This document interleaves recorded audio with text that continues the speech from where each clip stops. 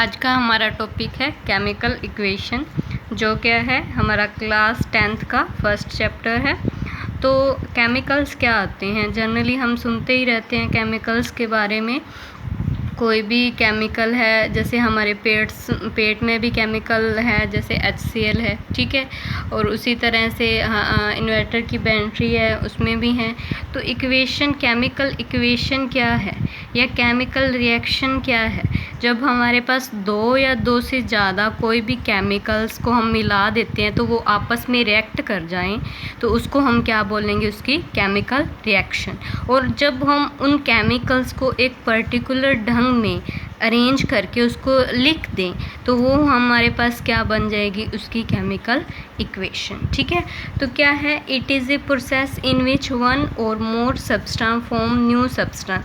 Chemical equation, chemical reaction क्या है, ये एक प्रोसेस है जिसके अंदर एक या एक से ज़्यादा सब्सटेंस आपस में जब दोनों मिलते हैं तो एक नया सब्सटेंस बनाते हैं। उसको हम क्या बोलते हैं, हमारी केमिकल रिएक्शन या केमिकल इक्वेशन, ठीक है। अब अगर हम बात करें, जो नया हमारे पास सब्सटेंस बनता है वो सब्सटेंस को हम दोबारा रिवर्स करके वापस उसी सेम पोजीशन में फिज़िकल मेथड से नहीं ला सकते। फिज़िकल मेथड अब कौन से होते हैं, जनरली हम छोटी क्लासों में पढ़ते ही हैं। डिस्टिलेशन हो गया, फिल्ट्रेशन हो गया।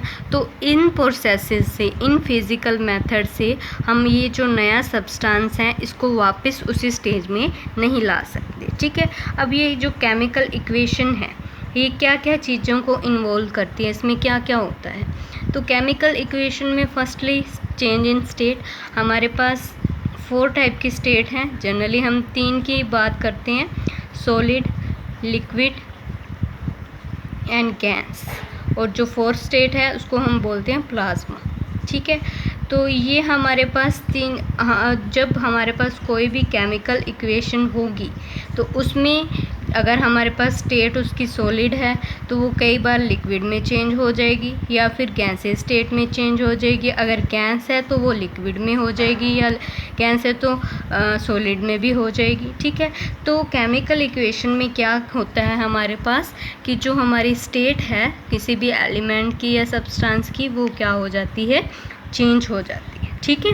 अब उसके बाद जो नेक्स्ट है, चेंज इन कलर। कलर में भी चेंज हो जाता है। अगर किसी का ब्लू है या उसमें कोई भी कलर है तो कलर में चेंज होना हमारे पास केस में इन्वॉल्व हो रहा है केमिकल इक्वेशन में। टेम्परेचर में भी चेंज हो जाता है।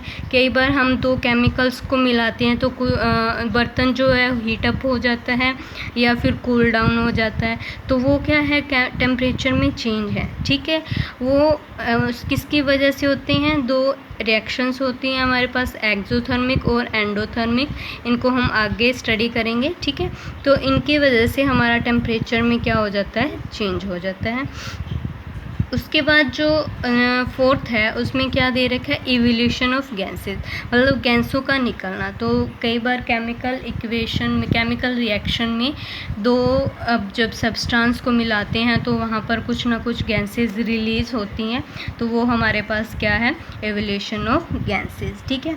अब नेक्स्ट है कि chemical reaction happen in our daily life. हमारी जो डेली लाइफ है उसमें कौन कौन सी केमिकल रिएक्शन होती रहती हैं। तो डाइजेशन ऑफ फूड, ये तो हमें पता ही है कि हमारा फूड है, जब हमारा फूड स्टमक में जाएगा तो स्टमक में क्या रिलीज़ होता है, HCl रिलीज़ होता है, ठीक है। वो फूड के साथ मिक्सअप हो जाता है तो हमारे फूड के डाइजेशन में क्या करता है, हेल्प करता है। तो chemical reaction digestion of food में भी क्या होती हैं, हमारी केमिकल रिएक्शंस होती हैं। Rusting of iron, rusting of iron क्या है, लोहे को जंग लगना। ये तो जनरली सभी ने देखा होता है कि लोहा जब कई बार बाहर पड़ा रहे धूप में तो हमारी लोहे को क्या लग जाती है, जंग लग जाती है, ठीक है। तो वो भी हमारे पास एक क्या है, केमिकल रिएक्शन है, ठीक है। अब उसके बाद क्या है, फॉर्मेशन ऑफ कर्ड। कर्ड क्या है, दही। अब दही का बनना हमारे पास क्या है, एक केमिकल रिएक्शन है। कैसे? जैसे दूध को गर्म करने के बाद उसमें दही मिला दें, ठीक है, तो क्या होगा, हमारे पास फॉर्मेशन ऑफ दही हो जाएगा। वो किसकी वजह से फॉर्मेशन हो रही है, ठीक है, उसमें दोनों के बीच में क्या हो रही है, हमारी केमिकल रिएक्शन हो रही है, ठीक है। तो ये तो इसके अलावा और भी बहुत सारे कंसेप्ट हैं जो हमारे डेली लाइफ में यूज होते हैं, जैसे रेस्पिरेशन हो गया या कुछ और भी बहुत सारी ऐसी यूजेस हैं जो हमारे डेली लाइफ में यूज़ होते हैं केमिकल रिएक्शन। अब केमिकल इक्वेशन क्या है? केमिकल रिएक्शन की तो हमने बात की कि हमारे पास क्या है, जब दो या दो से ज़्यादा सब्सटेंस आपस में मिलके एक नया सब्सटेंस बनाते हैं तो वो हमारे पास केमिकल रिएक्शन है। अब उसी एक रिएक्शन को हम एक पर्टिकुलर ढंग में अरेंज करके लिख दें तो वो हमारे पास उसकी क्या हो जाएगी, केमिकल इक्वेशन। जैसे हमारे पास एक मैग्नीशियम का रिबन आता है, ठीक है, उस मैग्नीशियम के रिबन को हम ऑक्सीजन की प्रेजेंस में एयर के अंदर जलाएं, ठीक है, तो वो जब बर्न होगा तो हमारे पास क्या बन जाएगा, मैग्नीशियम ऑक्साइड बन जाएगा। अब ये जो दोनों हैं इनको हम बोलेंगे रिएक्टेंट्स, और ये जो नया सब्सटेंस बना है इसको हम बोलते हैं प्रोडक्ट। ये दोनों आपस में रिएक्ट कर रहे हैं और क्या बना रहे हैं, एक प्रोडक्ट बना रहे हैं। तो इस पर्टिकुलर ढंग से अरेंज करना, इसको हम क्या बोलेंगे, केमिकल इक्वेशन। यहाँ पर ये जो एरो है, ठीक है, इस एरो का हेड हमेशा कहाँ होगा, फॉरवर्ड डायरेक्शन में, मतलब जिस डायरेक्शन में हमारा प्रोडक्ट फॉर्म हो रहा है, ठीक है, उसी डायरेक्शन में होगा। और अगर हम बात करें रिएक्टेंट्स की तो रिएक्टेंट्स हमेशा कहाँ लिखे जाएंगे, इस साइड में, और प्रोडक्ट हमेशा कहाँ लिखे जाएंगे, इस साइड में। राइट हैंड साइड में हमारे क्या होंगे, हमेशा प्रोडक्ट होंगे, लेफ्ट हैंड साइड में हमेशा क्या होंगे, रिएक्टेंट, और किसके, इस एरो के, इससे, ठीक है। और अगर जब हमारे पास ये दो रिएक्टेंट्स हैं तो इनके बीच में जब ये रिएक्ट कर रहे हैं तो इस हमेशा साइन किसका लेके चलेंगे, प्लस का साइन लेके चलेंगे, ठीक है।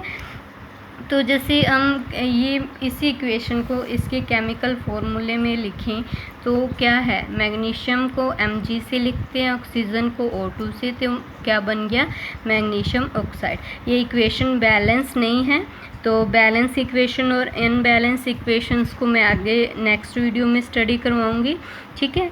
तो उसके बाद है हमारा जैसे कार्बन है, मतलब कोयला ही ले लीजिए, ठीक है, उसको हम क्या कर रहे हैं, ऑक्सीजन की प्रेजेंस में बर्न कर रहे हैं, ठीक है, जला रहे हैं, तो क्या निकलेगी, कार्बन डाइऑक्साइड गैस निकलेगी। तो ये दोनों हमारे पास क्या है, रिएक्टेंट्स हैं, और ये क्या है, हमारे पास प्रोडक्ट है, ठीक है। उसके बाद जो नेक्स्ट है उसमें क्या है, हमने आयरन ले लिया और वाटर है। ये जब ये दोनों आपस में रिएक्ट करते हैं तो हमारे पास प्रोडक्ट ये बन रहा है, हाइड्रोजन गैस निकल रही है। तो ये जैसे ये देखो, ये हमारे पास कौन सी इक्वेशन है, बैलेंस इक्वेशन है, ठीक है। और उसके बाद जैसे जिंक है, जिंक में हम क्या डालें, H2SO4 सल्फ्यूरिक एसिड डाल दें, ठीक है। जिंक के साथ किसकी रिएक्शन है, H2SO4 की।